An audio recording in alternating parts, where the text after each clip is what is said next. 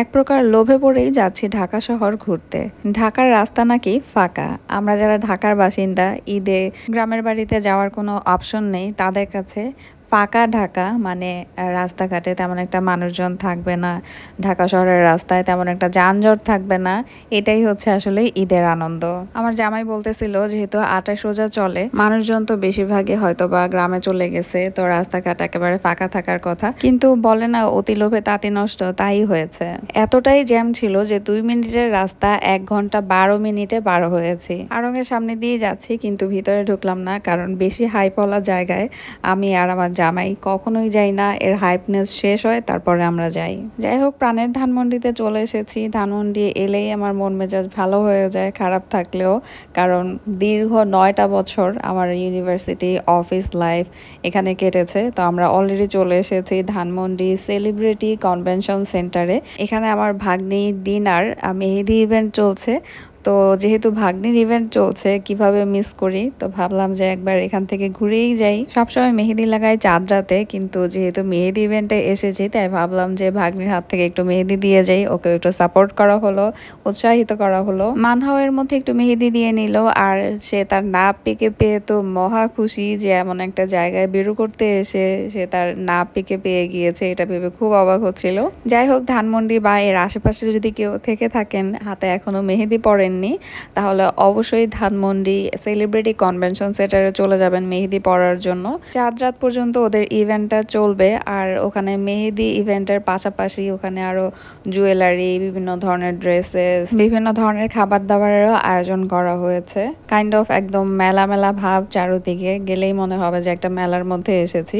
তো ওখানকার জুয়েলারিগুলো, স্পেশালি এই শপের জুয়েলারিগুলো আমার কাছে খুবই ভালো লাগছিল, কিন্তু সবকিছুই আসলে এখানে অনেক বেশি দাম, আর দাম হওয়াটাও খুব স্বাভাবিক।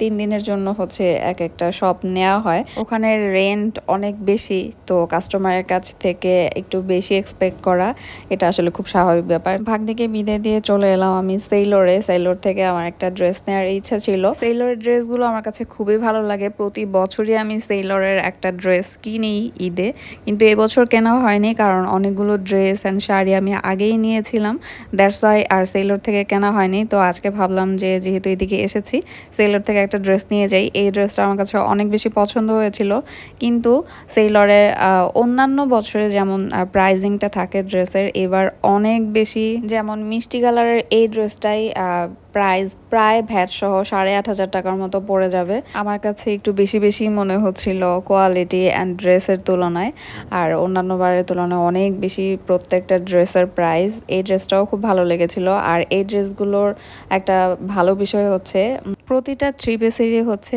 ছোট ভার্সন আছে, মানে মা মেয়ে ম্যাচিং ম্যাচিং করে হচ্ছে ড্রেস পরতে পারবে। তো এবার তো সেলার থেকে আমার কোনো ড্রেস নেওয়া হলো না। নেক্সট ঈদে ইনশাল্লাহ আমি আর মানহা মিলে সেম ড্রেস পরবো সেলর থেকে নিয়ে। ফেরার পথে ভাবলাম যে জ্যাম আর থাকবে না, কিন্তু আই ওয়াজ রং। এতটাই জ্যাম ছিল, আমাদের বাসায় পৌঁছাতে পৌঁছাতে প্রায় ৪টা ৪:৩০ বেজে গিয়েছিল। সারাদিন কি আর করলাম, অথচ সারাটা দিন নষ্ট হলো, সারাটা দিন কেটে গেল অযথাই। যাই হোক, বাসায় এসে ইফতার করলাম। আজকে আমরা সবাই মিলে দই চিড়া খেয়েছি। যা একটা গরম পড়েছে কয়েকটা দিন ধরে, ভালোই হয়েছে আজকে মুড়ি মাখা খেতে হয়নি, দই চিড়া দিয়েই কাজ সারিয়ে দিয়েছি আমরা। আর সাথে খেয়েছি অনেক ধরনের ফলমূল। আর বাসায় আসার পর থেকে মেজাজটা আমার ভীষণ খারাপ, কারণ এই যে সারাটা দিন নষ্ট হলো, সারা দিনের সব কাজ পড়ে রইলো, এগুলো সব আমার একসাথে নাকে মুখে এখন করতে হবে, অ্যান্ড করেছিও তাই। বাসায় আসার পর থেকে 5 মিনিটের জন্য বসতেও পারি নাই, তো এদিকে মুরগি আর করলা ভাজি রান্না করলাম। এই ছিল আজকের ভিডিও, দেখা হবে নেক্সট ভিডিওতে। আল্লাহ হাফেজ।